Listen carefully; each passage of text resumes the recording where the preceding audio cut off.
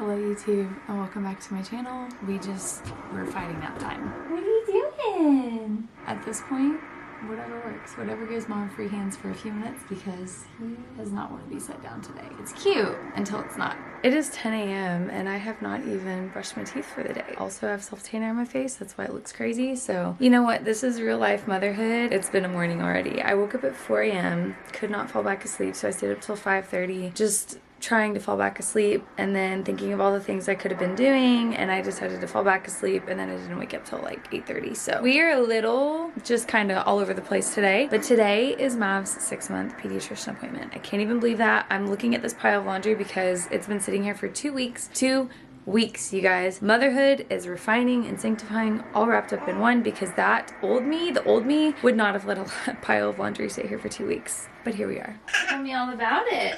And then what did you do? You did? No way. You know what? We're making progress, sir. Those are mommy's pajamas. I don't know how those got in here. Your Mimi and Auntie Beth are coming to see you tomorrow. They're literally coming all the way to Texas just for you. Yeah, you should be so excited.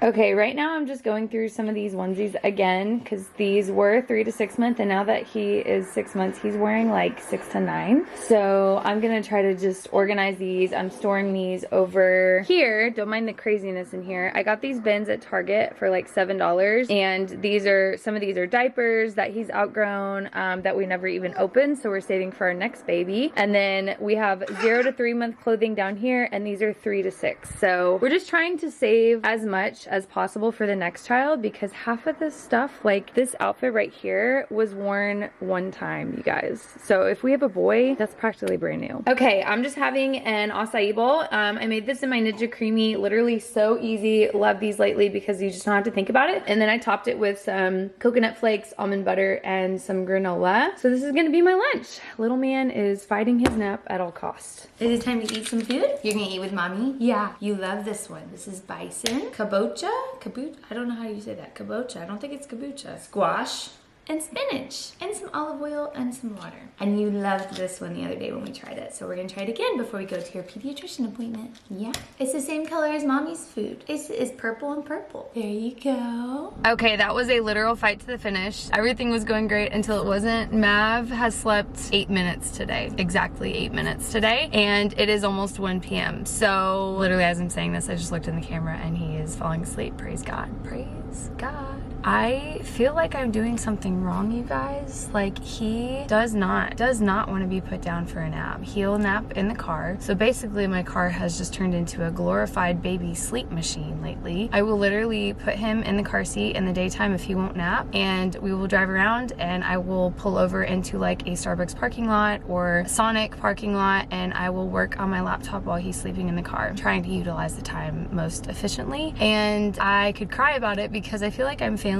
He will nap in the baby carrier, so I do that a lot in the afternoons when I'm home, but it's just not always realistic, especially now that I'm trying to get back into the swing of work. And so I would just love for him to be able to nap in his crib, even just like every other day would be amazing for like 30 minutes. I wouldn't know how to act if we got into that rhythm. I tried, and he napped for all of 2 minutes, and then I picked him back up when he started crying, and I put him back down. He slept for about 5 or 6 more minutes, total of 8 minutes. That's where the 8 minutes came from. And then he just was not having it. When he woke up and realized that he was in his crib, he was not happy. And I think the reason why napping is so difficult now is because of a change that we made about 4 weeks ago that literally changed our life. And I wasn't going to talk about it, but I think I'm going to talk about it because I know there's probably plenty of moms that are in the same boat. And as a mom, you just do what you and your baby need to do. And so I will talk about that after our appointment. Okay, my calculations of what I thought Maverick was gonna weigh today were so off, but that's okay. I definitely thought he was like well over 20 pounds, and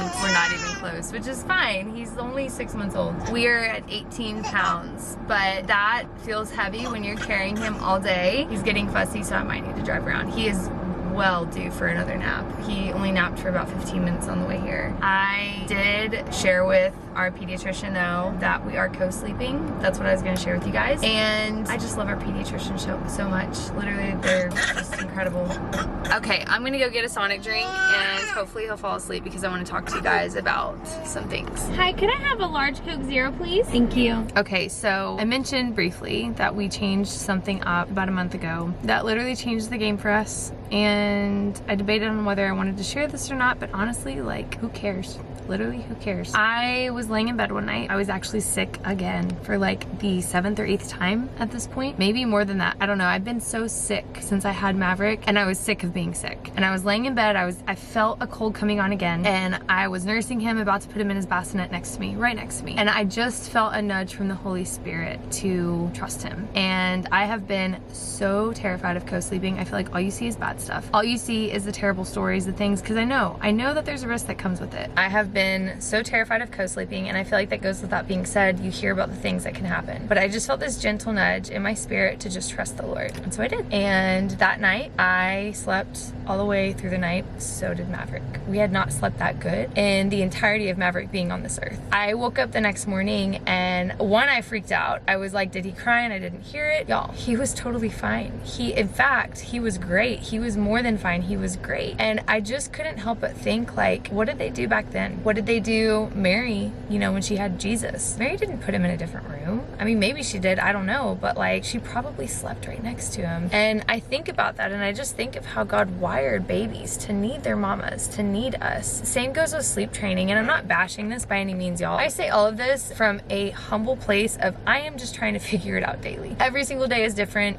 Every single day we're just trying to keep this train on the tracks. But sleeping next to Maverick literally changed our life, changed my life, changed Mav's life, changed Jordan's life. Obviously, I don't know how long we're gonna do that for, because we do have a nursery for him that we're gonna eventually like transition him into his own crib. But the co-sleeping situation has made this a little bit challenging, because now he only wants to nap when he is right next to mom or in his car seat. So, we're just, again, figuring this out one day at a time. But I was just so blown away.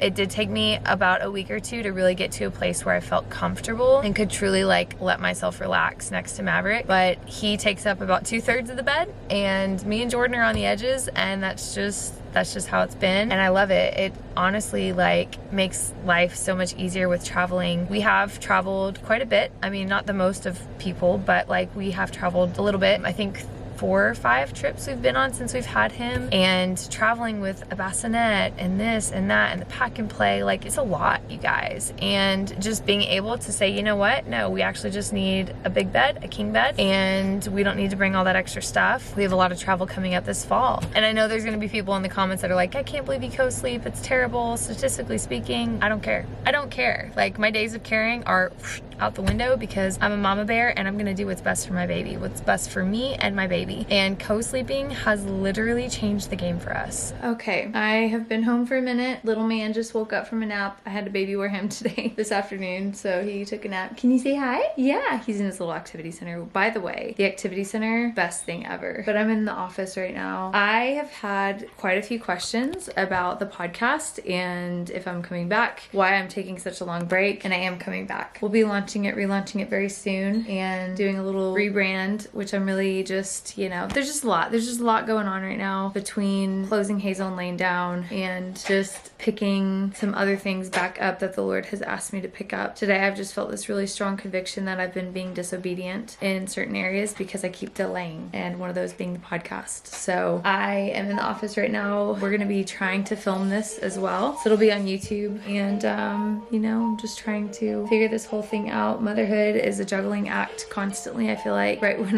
little music in the background, I feel like right when I get a hang of things, a curveball's thrown my way, sleep regression, just something new, levels of energy. He is so active now. It's so crazy. Okay, it is now 10 p.m. I'm actually going to work for the next couple of hours. I'm usually not that kind of person that works through the night, but motherhood will make you do crazy things. So that's the plan. That's what I've been doing lately. It just gives me a couple hours while Mav sleeps, while I'm watching him, while Jordan's watching him, to get some things done that I need to get done. So that has really been my routine. And then he wakes up around 8 a.m., 7 a.m., and I just get up with him. So honestly, even when I have 6 hours of sleep these days, I don't know how to act, because I went so long without having 6 hours of sleep that is such a luxury.